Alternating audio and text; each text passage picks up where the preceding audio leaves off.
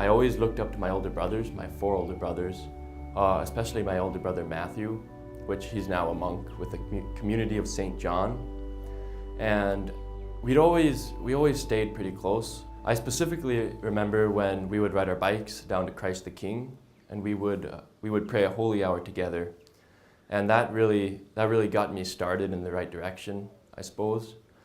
But then he went off to his community, and my older brothers went off to college.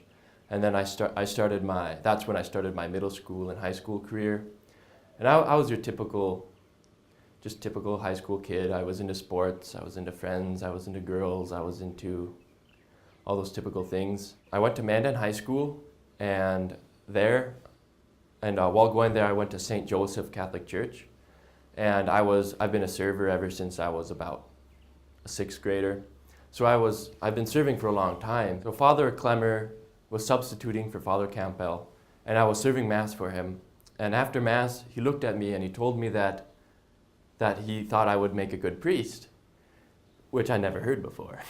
I never really thought about it, but he said right there that he thought I'd make a good one.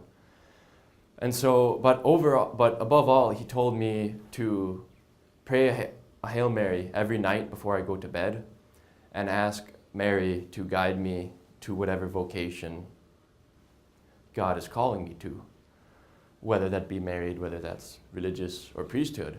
And so I figured I had nothing to lose. I had a girlfriend at the time. It was no big deal. It was just a Hail Mary. So I figured I'd do it. So I prayed a Hail Mary every night before I went to bed. And I always kept in mind, I remember my brother telling me from early on that it is not my will, it's the will of God that I'll be happiest with. My life started to change. My girlfriend broke up with me, and I started to grow in my faith. I looked into it more. I started questioning things more. I did not just want to conform to my culture, and so I just started to look into life really just out of pure curiosity. And that really led me to, I suppose, search myself and my desires. And I started to realize that priesthood wasn't a crazy thing. It wasn't just a boring old guy saying words at Mass. It was something more, and it was something that I could actually do. It was something more real to me. Eventually, the turning point I would say started was when I went to confession. I went to confession to Father Campbell. I had all the sins built up over time, and I decided to totally let go.